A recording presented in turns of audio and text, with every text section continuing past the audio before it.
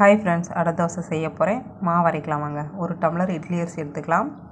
1/2 tumbler உளுந்து, 1/2 tumbler துவரம்பருப்பு, 1/2 tumbler கடலைப்பருப்பு, வடைப்பருப்பு, 1/2 டம்ளர் பச்சைப்பயிறு. இது எல்லாம் நல்லா கழுவிட்டு ஒரு 2 மணி நேரம் ஊற வச்சிடலாம். ஊற வச்சதுக்கப்புறம் தண்ணி இருத்துட்டு மிக்ஸி ஜாரில் போட்டுட்டு கொஞ்சமாக ஜீரகம், டேஸ்ட்டுக்கு தகுந்த மாதிரி உப்பு, காரத்துக்கு தகுந்த மாதிரி வரமிளகாய் சேர்த்து நல்லா அரைச்சி எடுத்துகிட்டு வந்துடுங்க. அதில் பெரிய வெங்காயம் சின்ன சின்னதாக கட் பண்ணி வச்சுருக்கேன், அதை சேர்த்துட்டு கொத்தமல்லி தழை சேர்த்துக்கலாம்.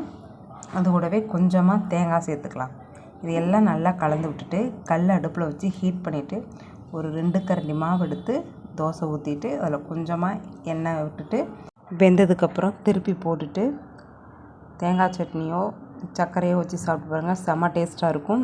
பசங்களுக்கு சிக்கன் குழம்பு ஊற்றி கொடுத்துட்டேன். நான் சர்க்கரை வச்சு சாப்பிட்டேன். நீங்களும் செஞ்சு பார்த்துட்டு எப்படி சொல்லுங்கள். பாய்.